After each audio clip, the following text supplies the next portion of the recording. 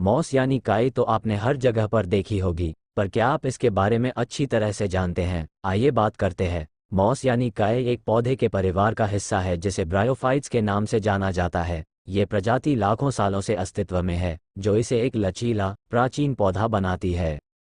हो सकता है कि आपके बगीचे में मॉस का प्रकोप हो, या हो सकता है कि आपको मॉस की सुंदरता पसंद हो, जो एक सूक्ष्म वुडलैंड प्रभाव पैदा करती है। मॉस गैर संवहनी पौधे हैं। मॉस की सभी प्रजातियों में जड़ों के बजाय राइजोइड्स होते हैं। इसका मतलब है कि मॉस एक जड़ रहित प्रजाति है और इसमें लकड़ी या फूल भी नहीं उगते हैं। प्रजनन के लिए बीज पैदा करने के बजाय, जो कि कई पौधों की प्रजातियों में आम है, वे बीजाणु पैदा करते हैं।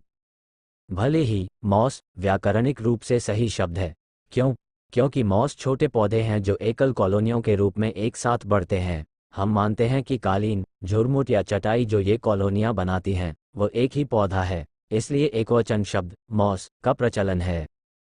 काई कहाँ पाई जाती है? मॉस पूरी दुनिया में पाया जा सकता है। इस प्रजाति ने इस ग्रह पर लाखों वर्षों तक अस्तित्व में रहने के दौरान एक निश्चित लचीलापन विकसित किया है, इसलिए आप इसे सभी प्रकार के आवासों में पा सकते हैं, जिनमें शामिल हैं वर्षा वन, वेटलैंड्स, वुडलैंड वन, गार्डन, गुफाओं, शहरी क्षेत्र, ड्राइववे, दीवारें और फुटपाथ। एक बात जो आप देखेंगे कि इन वातावरणों में आम है, वह है नमी और नमी को बनाए रखने की उनकी प्रवृत्ति, जो काई को पनपने में मदद करती है। हालांकि असंभव नहीं है, लेकिन पानी की कमी के कारण काई शुष्क, बंजर जलवायु में पूरी तरह से पनप नहीं पाती है। मौसमी परिवर्तन काई के स्वरूप को भी प्रभावित कर सकता है। मौसम से जुड़ी नमी और गीली स्थितियों के कारण सर्दियों के दौरान काई की वृद्धि चरम पर होती है। सूर्य के प्रकाश का संघनित स्तर और कम तापमान भी प्रजातियों को पनपने में मदद करता है, क्योंकि गर्मियों के दौरान अधिक तापमान और अत्यधिक सूर्य की रोशनी काई को सुखा सकती है, जिससे ये पूरे मौसम में निष्क्रिय हो जाती है।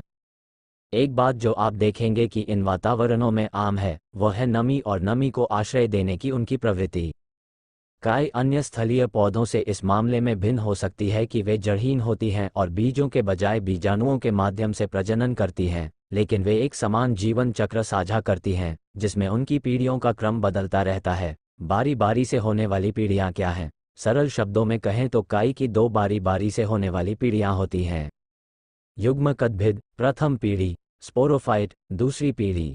गैमेटोफाइट में दूसरी पीढ़ी के मुकाबले आधी आनुवंशिक सामग्री होती है, और ये तब बनता है जब स्पोरोफाइट बीजाणु छोड़ता है जो विभाजित होने लगते हैं।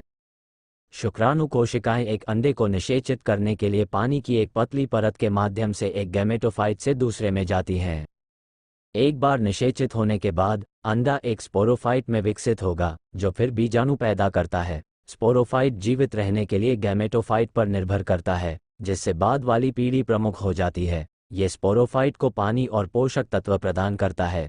हालांकि मॉस और अन्य भूमि पौधे वैकल्पिक पीढ़ियों के इस जैविक मॉडल को साझा करते हैं, लेकिन मॉस में जिस तरह से मॉडल काम करता है वो अन्य भूमि पौधों के बहुमत के बिल्कुल विपरीत है।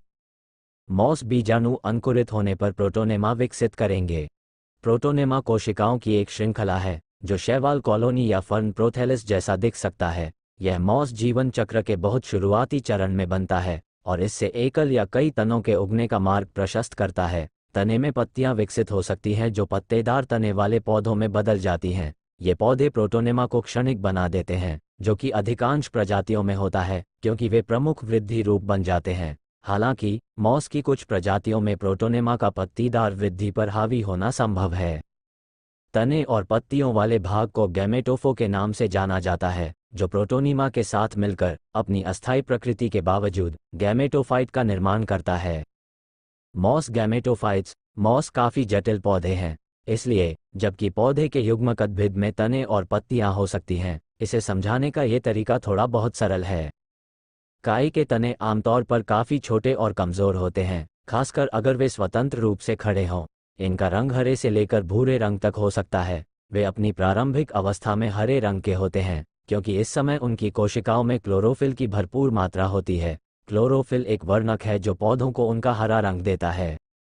जब बात काई और उनके आमतौर पर छोटे और कमज़ोर तनों की आती है तो इस नियम के अपवाद हैं। ये डोसोनियासी और पॉलिट्रिकेसी प्रजातियों में पाए जाते हैं, जहां तने सामान्य से बिल्कुल विपरीत होते हैं, दृढ़ और सीधे। चूंकि पौधे काफ़ी ऊंचे हो सकते हैं, कुछ मामलों में तने 60 सेंटीमीटर से भी ज़्यादा बढ़ सकते हैं, इसलिए उन्हें शाकाहारी फूल वाले पौधे समझ लेना कोई असामान्य बात नहीं है। काई के दो विकास रूप, गुच्छेदार और लटकते हुए। मॉस पौधों के दो विकास रूप, गुच्छेदार और अनुगामी। गुच्छेदार वृद्धि वाले मॉस में सीधे तने होते हैं। आमतौर पर प्रत्येक पौधे से एक सीधा तना निकलता है और इससे शाखाएं निकल सकती हैं, लेकिन हमेशा नहीं। ये शाखाएं ही मॉस के पौधे को उसका गुच्छेदार रूप दे सकती हैं। पीछे की ओर बढ़ने वाले मॉस में, जैसा कि नाम से पता चलता है, पीछे की ओर बढ़ने वाले तने होते हैं। ये तने सबस्ट्रेट से चिपके रहते हैं और कुछ प्रजातियों में वे शाखाओं से लटक सकते हैं, लगभग मॉस का पर्दा बना सकते हैं। पीछे की ओर बढ़ने वाले मॉस की शाखाएं आमतौर पर सबस्ट्रेट के साथ बढ़ती हैं, लेकिन कुछ उदाहरण ऐसे भी हैं जहां प्रजातियां विचलित हो जाती हैं और इसके बजाय छोटी शाखाएं बनाती हैं।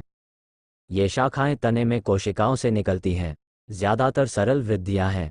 स्फाग्नम मॉस में, जो वन्यजीव और ग्रामीण क्षेत्र अधिनियम 1981 के तहत यूनाइटेड किंगडम में एक संरक्षित प्रजाति है, शाखाएं पुच्छों में विकसित होती हैं। पुच्छ संवहनी ऊतक होते हैं जो पौधे को पोषक तत्व प्रदान करते हैं। पुच्छ में कुछ शाखाएं छोटी और मोटी होती हैं, जबकि अन्य पतली और लटकती हुई होती हैं।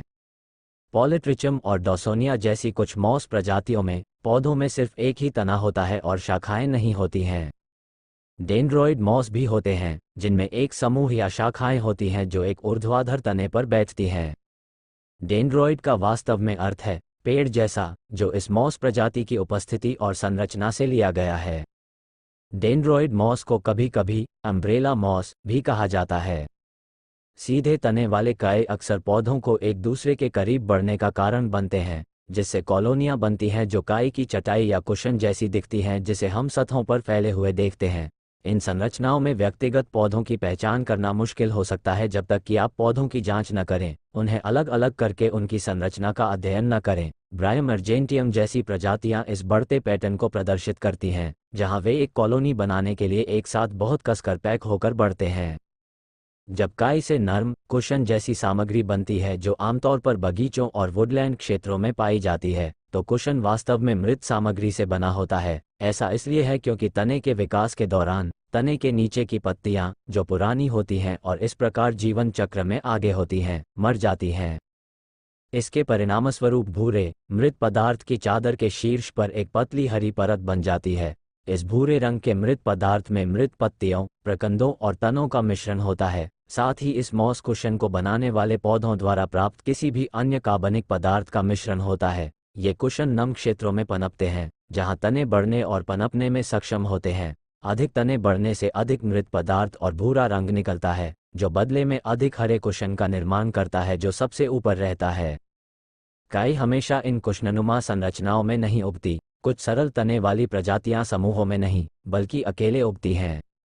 सघन रूप से संगठित कॉलोनियां बनाने के बजाय ये प्रजातियां मिट्टी से बाहर निकलती हैं, लगभग हरे अंकुरों की तरह।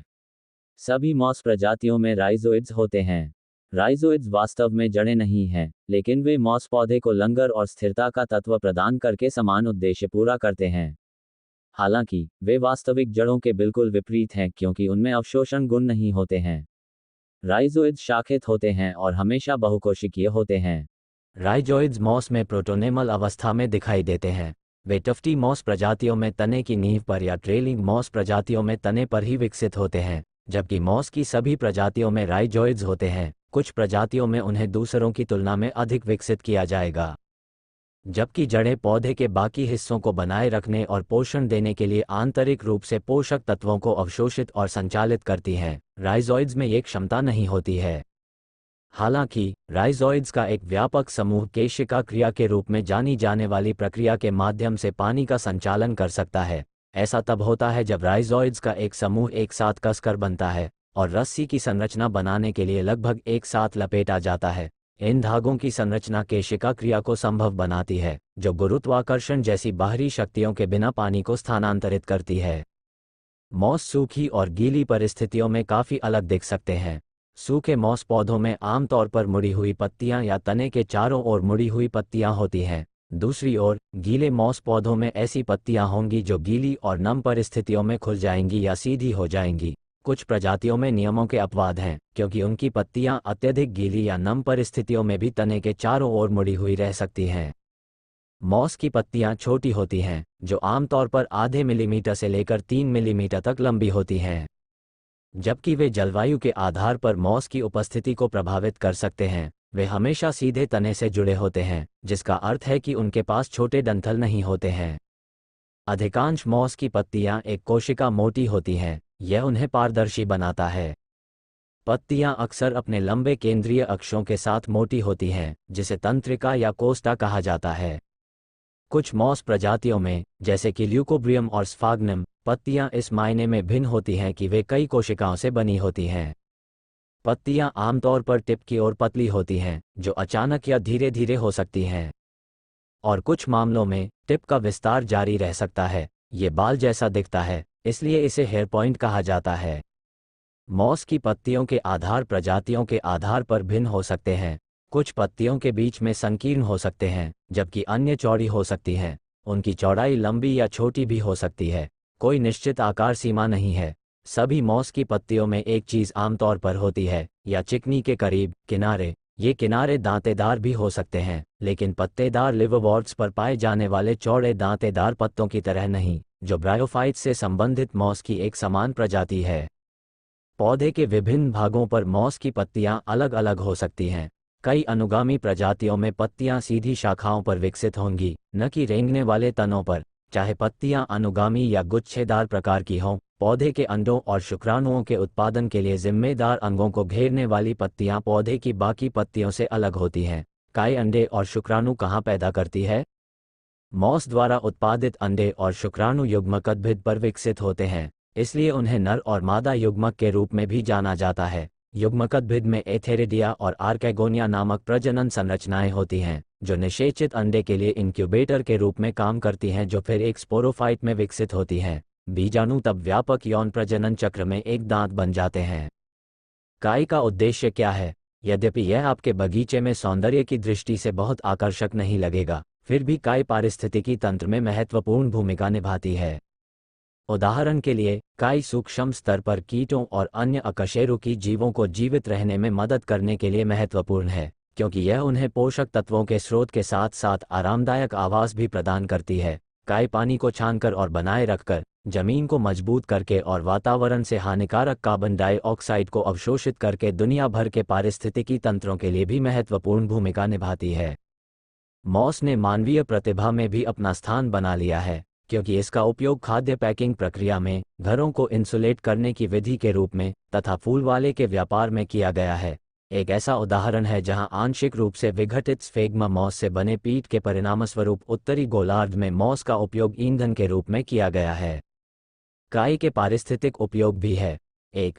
काई हवा को प्रदूषित करने वाले कार्बन डाइऑक्साइड उत्सर्जन के प्रभावी संकेतक हो सकते हैं। वे ये भी संकेत दे सकते हैं कि अम्लीय वर्षा से पारिस्थितिकी तंत्र को नुकसान पहुंचा है या नहीं। 2. काई नमी को बनाए रखती है, जिसका मतलब है कि वे इसे प्रभावी रूप से बनाए रखती हैं। ये मिट्टी को स्थिर करने में मदद करता है, जो बह जाने या उड़ जाने के प्रति संवेदनशील होती है, और इस प्रकार कटाव को कम करती है। 3. जिस तरह से वे वायु प्रदूषण की उपस्थिति को इंगित करने में मदद कर सकते हैं, उसी तरह काई पानी के साथ भी ऐसा कर सकते हैं। उनकी नमी बनाए रखने की क्षमता के कारण उनका उपयोग अपशिष्ट जल के उपचार के लिए भी किया जा सकता है। 4. ये प्रजाति का एक छोटा सा विशिष्ट उपयोग है, लेकिन काई आर्कटिक और उप आर्कटिक पारिस्थितिकी तंत्र को नाइट्रोजन प्रदान करके उनकी मदद कर सकती है। समशीतोष्ण जलवायु और क्षेत्रों में ये भूमिका आमतौर पर फलीदार प्रजातियों के पौधों द्वारा निभाई जाती है। काई पोषक तत्वों को कैसे अवशोषित करती है? मॉस अपने विकास को बनाए रखने के लिए पोषक तत्वों को अलग अलग तरीकों से अवशोषित करता है। कुछ प्रकार अपने ऊपर बहने वाले या उन पर बरसने वाले पानी को रोककर अपनी प्राकृतिक शोषक सतहों का लाभ उठाते हैं।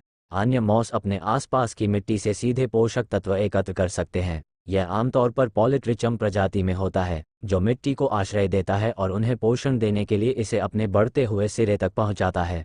पूरी वीडियो देखने के लिए धन्यवाद।